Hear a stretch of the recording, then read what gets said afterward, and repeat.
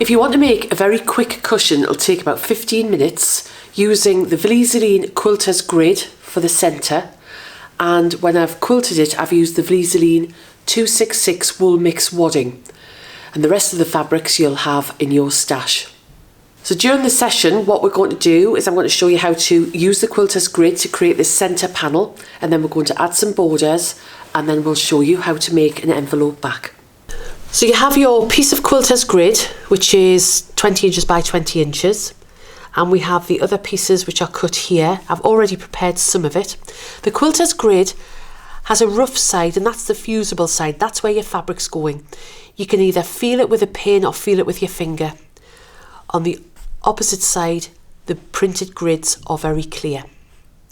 So what I'm going to do is I'm going to pop one of my squares in here like that, and then we're going to put the small ones there, and you can just get them in position in a manner that pleases you, and then we'll put the long ones there. Okay, now once they're all in position and you're happy with them, you can then fuse them down. So we'll just make sure everything we're happy. So just get a medium iron and you're going to press. Now I'm using a wool pressing mat. So just take note when you're using a wool pressing mat that the heat will radiate up from the mat. So you might even need to turn your iron down a little bit. Just hold the iron over your pieces of fabric and they will fuse onto the Quilter's grid. The Quilter's grid is made up of 1 inch squares. So you can use your fabric in any design that you want to, as long as it's a combination of a 1 inch square. So don't feel that you can only create a project with squares. You can see here I've used these rectangles as well. Now once it's fused on, you're going to leave it for around about 30 minutes before you start and handle your Quilter's grid, and that will allow the time for the glue to activate and then set again. So we've allowed the glue to set, and what we're going to do is we're going to sew along these seam lines here.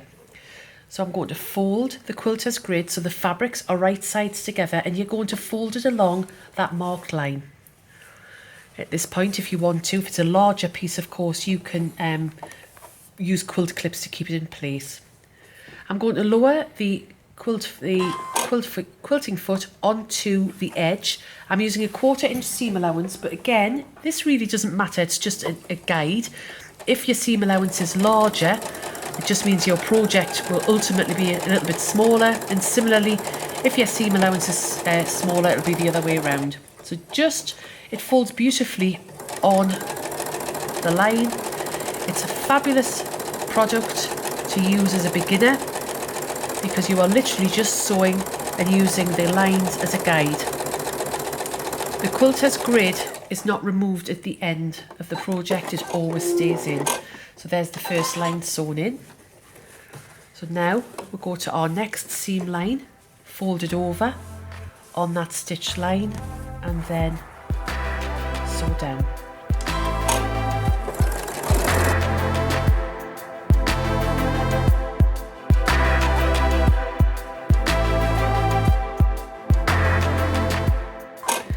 So what you're going to do is carry on and sew all of your vertical lines.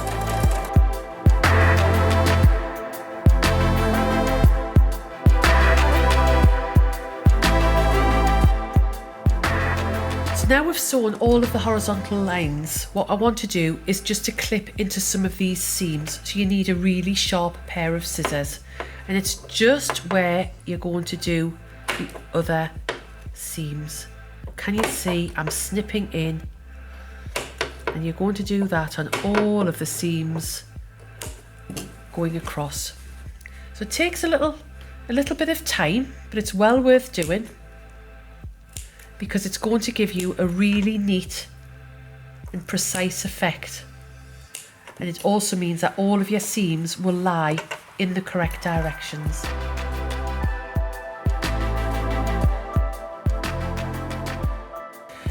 So we've snipped into all of these seams, and now we're going to turn our work the other direction, and you're going to simply fold.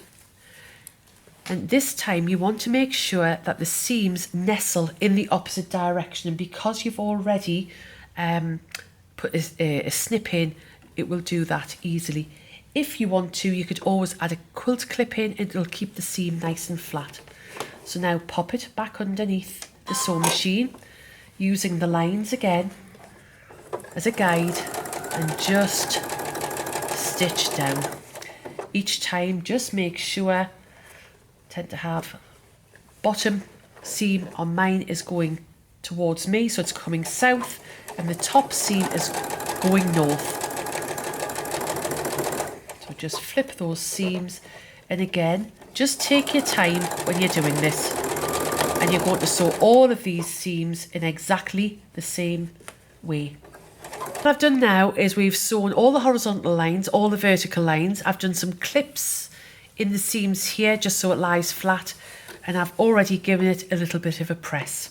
The next thing I'm going to do is to add some borders on.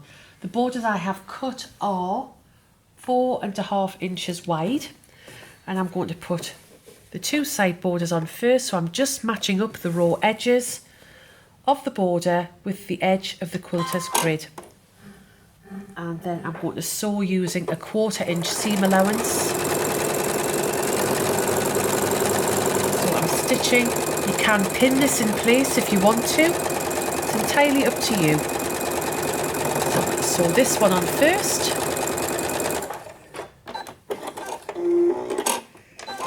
And then I'll sew the one on the opposite side, matching up the raw edges as before, and just sewing a 1/4 inch seam allowance.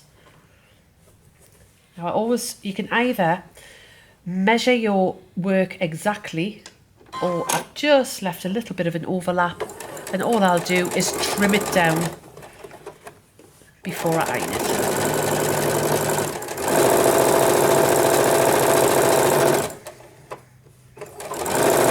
You can pin your borders in place if you wish to.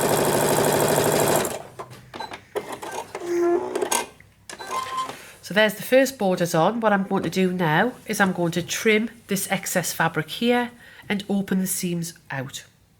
So I've sewn the two side borders on, and I've opened them out and pressed the seams, and now I'm going to put the remaining borders on, and these borders overlap the previous borders.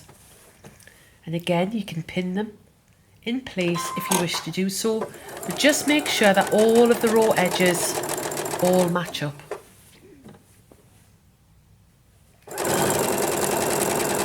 So we're stitching again with a 1/4 inch seam allowance. And don't forget, as I've told you before, the quilter's grid is going to remain in. It is a washable product. It actually gives the cushion a little bit of body, but it doesn't affect the fabric whatsoever. Remove it out the sewing machine. Again, trim the edges and press them open, and we're on to the next stage. So what I've done now is I've finished the borders, I've pressed them so they look lovely, and I'm going to layer it up. And I'm using, on this occasion, the gorgeous 266 wool mix wadding, and I have a piece of calico on the back. All I've done to put these 3 layers together is use the spray based. And if you want more information about layering up a quilt or a project, then just check in on the other videos. Now everything's layered up, I've taken it back to the sewing machine. I popped on my walking foot. I've increased my stitch length down to, up to 3, and I'm going to lower the needle. And I'm just going to take this, I call it my drunken walk on the walking foot. Everybody usually does a straight stitch, but it's quite nice just to do some curves. And all the quilting stitch is going to do is hold the 3 layers together.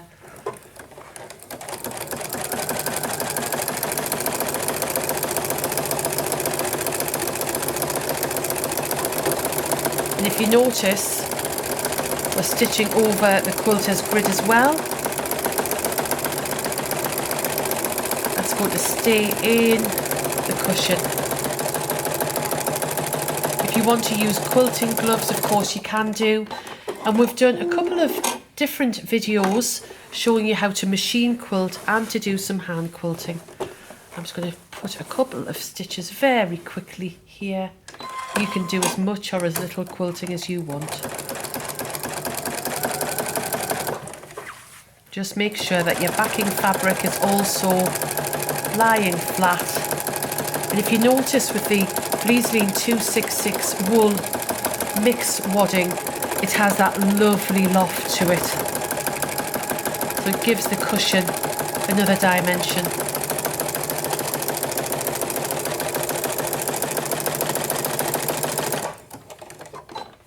I'm just going to do one more line.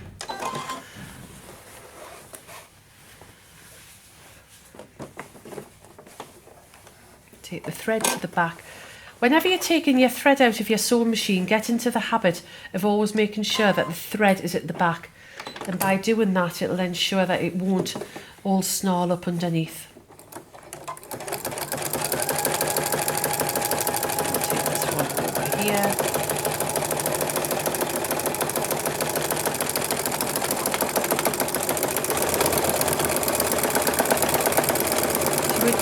You could do considerably more, but just for the purposes of this, it's holding the 3 layers together, which is exactly what we want.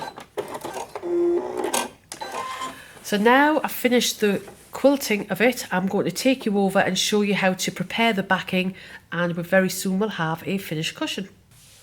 So we're just doing a very simple folded backing.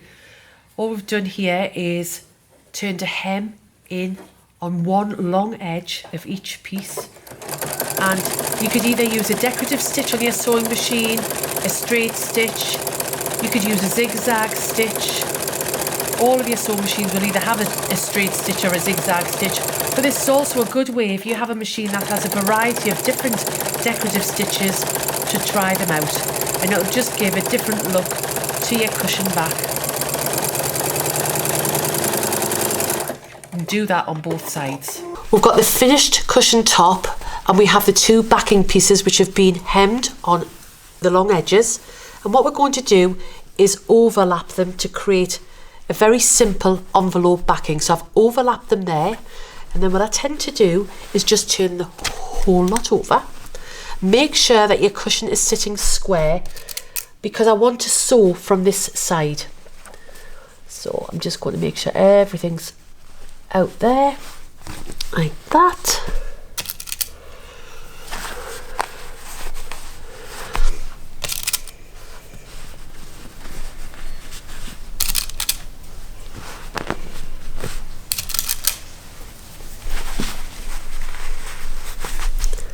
And I've put a few pins in just to secure it.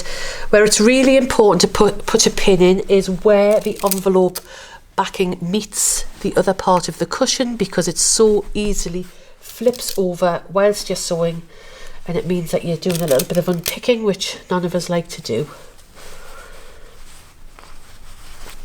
And now we're going to take it back to the sewing machine, and we're going to sew around all 4 edges. So I've finished sewing all the way around. I've removed the pins. If you have an overlocker, you can always overlock the edges of the inside of your cushion, and that'll stop fraying, or you could use the overcast stitch on your sewing machine, or another alternative is to use pinking scissors. So once we've pinked all the edges, you then simply turn it through all the way to the other side. And the last thing you'll have to do is find a cushion pad to insert into it.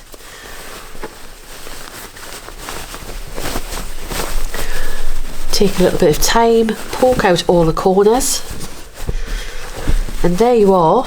We'll get all those corners poked out. You have got a very simple envelope cushion using the quilter's grid to create your design. And then we've simply added borders and done some very simple quilting.